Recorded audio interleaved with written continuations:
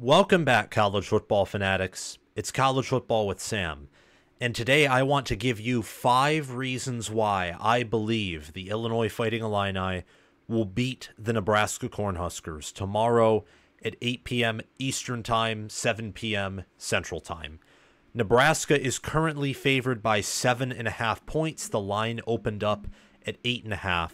And for full disclosure, as I said in my 5 reasons why Nebraska will beat Illinois video, that if you want to watch it, and I encourage you to, you can click the link in the top right corner of the screen where my finger's pointing.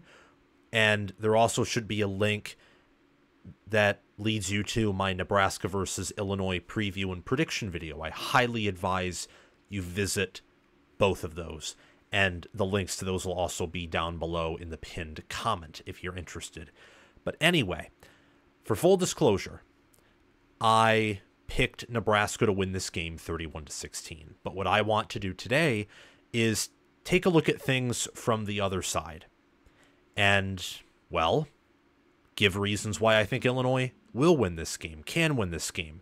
Because Illinois is a good team, and they're better than they were last season, and they do have some interesting matchups against the Cornhuskers that could go Nebraska's way, but very well could go Illinois' way. And I want to discuss those with you today. But before we get into those, really quick, I want you, yes you, to hit the like button, to subscribe to the channel, to click that notification bell, to share this video and my channel around with other college football fanatics like us who care deeply about the sport and are invested into it, and comment some reasons why you think the Fighting Illini will win this game. Or if you're very much convinced that Nebraska will win, at least try and come up with a reason or two why you think Illinois could win this matchup.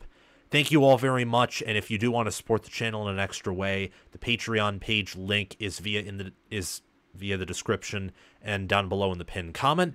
I also encourage you to check out my Discord server where we talk college football 24/7. The link to that is in the description and also in the pinned comment. And just liking, subscribing, hitting the bell not only helps you get college football content from the best Big Ten channel on YouTube, it also helps us to get more viewers, earn more subscribers, and earn more income. And we invest most of that income back into college football with Sam. But without further ado, let's get down to business and talk about reason number 1. I think reason number 1 why Illinois will win this game, can win this game, is Luke Altmaier's improvements. He has taken some big steps forward in year 2 with the Illini. He has not thrown an interception yet this season. He has a passer rating of 164.3. He's been sacked 5 times, yet has seemingly handled the pressure rather well, averaging 8.3 yards per pass attempt. He has 647 passing yards in the season.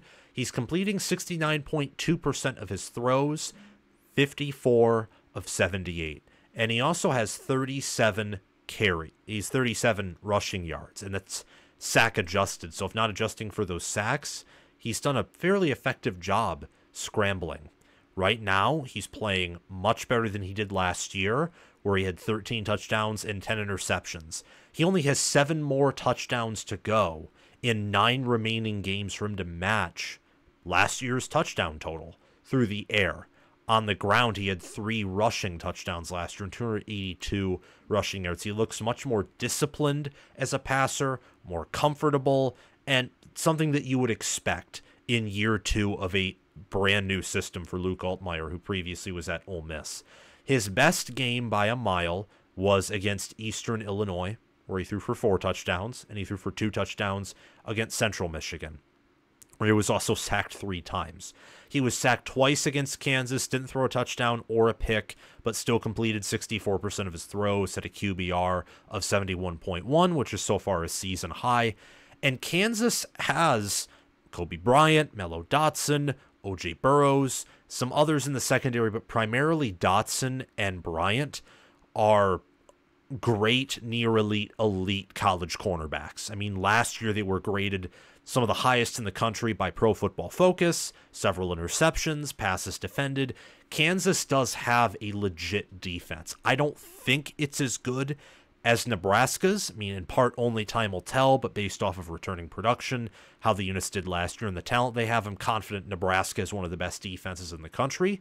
But Altmaier has kept his poise through 3 games, and if he can connect with those receivers, mostly Pat Bryant, Zachary Franklin, but also Malik Elzy, Colin Dixon, Akeem Fegan out of the backfield, and Tanner Arkin at tight end, Illinois can have some success. They can march down the field, extend drives, catch Nebraska by surprise with some big plays to Zachary Franklin and to Pat Bryant, who have shown that they're good in one-on-one opportunities. Reason number 2 is tied right into reason number 1, because a great quarterback without great wide receivers is often frustrating to watch, as the receivers just cannot match the talent the quarterback has, so they put a pretty low ceiling on the offense.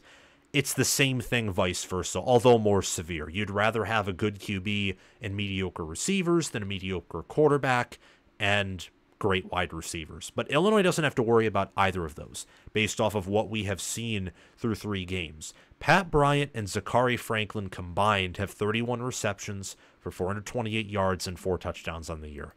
Bryant has all 4 touchdowns, but Zachary Franklin leads the team in receptions with 16.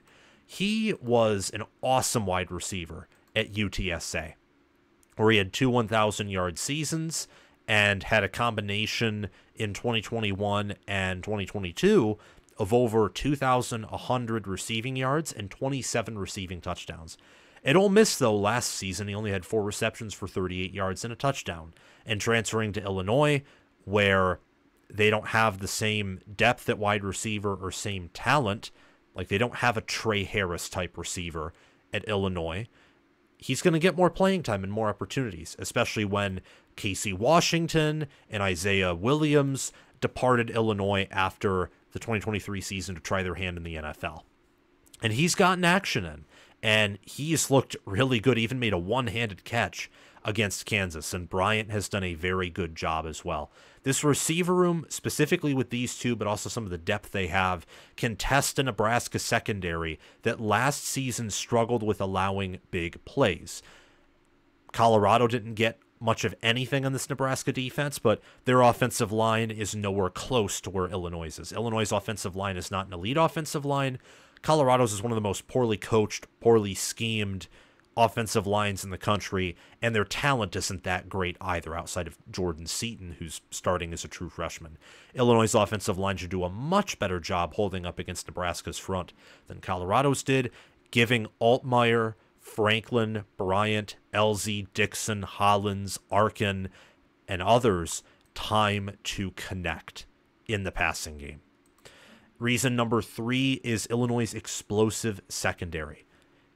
The defensive backs for the Fighting Illini, they have forced 6 interceptions on the season. All 6. And they have also forced 2 forced fumbles of Illinois' 4. So Illinois has forced an average of 3 turnovers per game. 3. 3 forced fumbles, 6 interceptions. It's an average of 2 interceptions and 1 fumble recovery per game. All forced fumbles and interceptions have been credited to either linebackers or defensive backs, but mostly defensive backs. Dylan Raiola only has 1 interception on the season, but he has not faced a defense nearly as good as Illinois' all season long. Meanwhile, Illinois, for example, has faced a good defense in Kansas. And while Kansas's passing offense with Jalen Daniels has struggled, their rushing offense is still one of the best in the Big 12, could be one of the best nationally, along with their offensive line. And Illinois has had to play that style of team. Nebraska will be good at running the football. They do have a solid offensive line, and they have a better passing attack than Kansas. But I imagine that Brett Bielema and the style of ball that he plays with just game control, trying to get in your opponent's head, forcing mistakes, and also this defense taking a big step forward compared to last year. You know, Ryan Walters commanded the nation's #1 defense statistically in 2022. Georgia may have been the best defense in the country that year overall, but statistically it was Illinois who had the best defense, and Aaron Henry was their DB's coach when Illinois had the #1 secondary with Devin Witherspoon and Sidney Brown and other NFL players in that unit in 2022. Ryan Walters became the head coach at Purdue in 2023, and Aaron Henry, well, was promoted in his place. And last year's Illinois defense was riddled with injuries. It wasn't all that good. This season, it looks like it's turned a corner. Illinois is much closer, much closer. You see this in Altmaier's quarterback efficiency, which is similar to Tommy DeVito's that year. You see it with, I would say, the defense taking a big step forward and being more similar to that 2022 style of defense with an explosive secondary. Illinois is closer to themselves from 2 years ago, which was a team that, yes, did lose some rock fights, but also won plenty of rock fights and dominated Wisconsin in their own house, game controlled a good Minnesota team to death, even injuring Tanner Morgan in that game. This secondary is mean. They're nasty, they're hard-hitting, they're going to force interceptions, and they do have one pick six on the season, which is pretty impressive. That pick six is credited to Xavier Scott, who has a sack, 12 total tackles, 3 interceptions, 1 returned for 6, and he also has a forced fumble. Definitely putting up statistics that would lead to a first-team All-Big Ten mention or honor if he continues to replicate those types of numbers. I mean, the game he had against Kansas is somewhat comparable to the game that JT Tuimoloau had against Penn State from 2 years ago back in 2022. This secondary is explosive. Again, they are mean. And outside of Xavier Scott, there's Miles Scott in that secondary, Matthew Bailey, who currently leads the team in tackles, Caleb Patterson, Torrey Cox Jr., Matt Restich, and you look at the depth they have and the experience they have. They're so much healthier than they were last year. And they have 2 players in Miles Scott, Xavier Scott, who have done fairly well. Miles Scott has 2 interceptions, 2 passes defended, and a forced fumble as well. Number 4, we have reliable special teams. Illinois' special teams are, well, as I said, they're reliable and they're versatile and you can count on them. And the reason why this is A, they return a pretty good punter, Illinois does, in Hugh Robertson, who comes back. He's improved every year that he has been with Illinois, and this year it looks like it's going to be pretty similar, as Hugh Robinson is averaging currently around 43, 44 yards per punt with 7 inside the 20. Last year was averaging about 42, 43 yards per punt. In 2022, averaging 40. Getting older and older, better and better as the year goes on, something you like to see from a punter.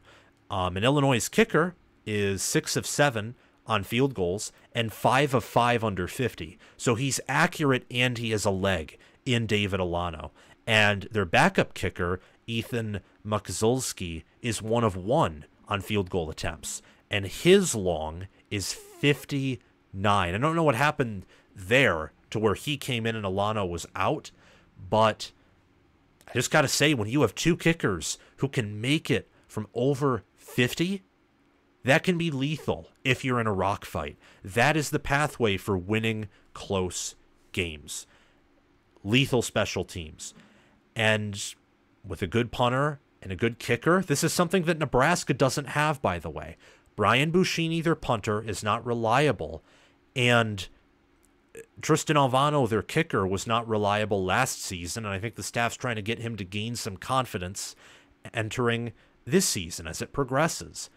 And his long is not even of 40 or more yards. Alvano's not. So if this is a game that's decided by field goals here, and there's a chance of that happening, Illinois will win. If this game is back and forth and it's mostly field goals and it's all about field position and Nebraska can't really break through and score touchdowns, this is Illinois' game because they can kick a field goal from longer than 50 and reliably make it. They can flip the field and pin you inside of the 20. Nebraska can't really do that.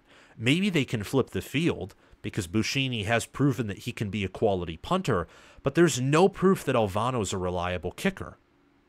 At least when you look at, Nebraska facing off a team that's not their own practice squad.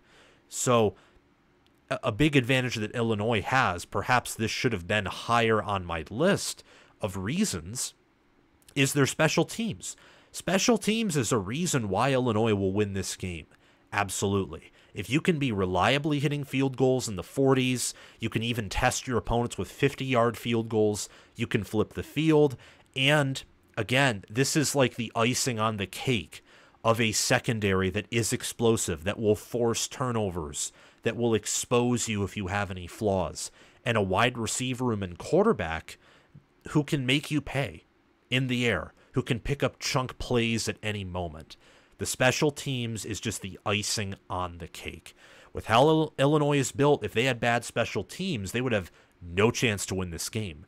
But with the special teams unit they have and what we know of Illinois, they could very well win this game if their special teams is a big factor. If they have to rely on their special teams and Nebraska has to rely on theirs. Again, if this becomes a special teams battle, Illinois will win this game. So that's a reason why the Illini will beat Nebraska. It's reason number 4. Reason number 5 is Illinois, with Brett Bielema and their coaching staff, and the fact that this team, while young, has a lot of experience from last year, they are road warriors, both historically under Bielema and consequentially, I don't think that they're going to be intimidated by this environment. You will see probably false starts, in my estimation. You may see Altmaier be a little bit rattled, but it's not going to be like within the first drive, you just know it's over because Illinois is that apathetic. And it's because of, well, they're scared of the environment, the crowd noise. It's not going to be like, for example, Michigan versus Penn State 2019. That is not how Illinois will react to the nighttime environment in Lincoln. Not one bit. And that's even from my angle that Nebraska, that I predicted them to win this game. But for Illinois as well, taking the angle that if I predict they're going to win the game, well, they'll just come in here and they won't be phased at all. They've won in Memorial Stadium before. Nebraska has not beaten Illinois in Memorial Stadium since 2018. They haven't. So the Illini know what's coming, and Brett Bielema is someone who plays in close games, especially against opponents who are of a similar talent and who are ranked. I mean, he's pulled ranked upsets against Minnesota, pulled a ranked upset against Penn State. They've also blown some games too. I mean, Bielema's not known to be this elite game manager, but his players are going to play for him, and this team has enough experience, not just as a whole, but enough experience and enough of reputation of beating Nebraska to where they'll play hard on the road, even under the lights against a fan base that is going to be rabid and angry. So that's reason number 5 why Illinois will win this game, is that they can overcome the crowd noise, and mentally, if they're tough enough, they can somewhat neuter it as well. Thank you all so much for watching this video. Remember to like, subscribe, hit the notification bell, and comment your thoughts on this video down below. Thanks to Crash2488 and Brasco Rascal for being Heisman members and sponsoring this video and channel. Thanks to Chris Lane, Conrad OH, Ismar, Tyler Nye, and Chilton Cush for sponsoring this video and channel as All-American members. Thanks to John Lynn, Roaming Gnome, Matthew Sale, Austin Christmas, and Janisha Cockrell for sponsoring this video as all conference members. Have a great day, guys. If you want to support the channel, the link to the Patreon page and merchandise store is in the description of the video and the pinned comment down below. Have a great day. Go Fighting Illini, and go Big Red.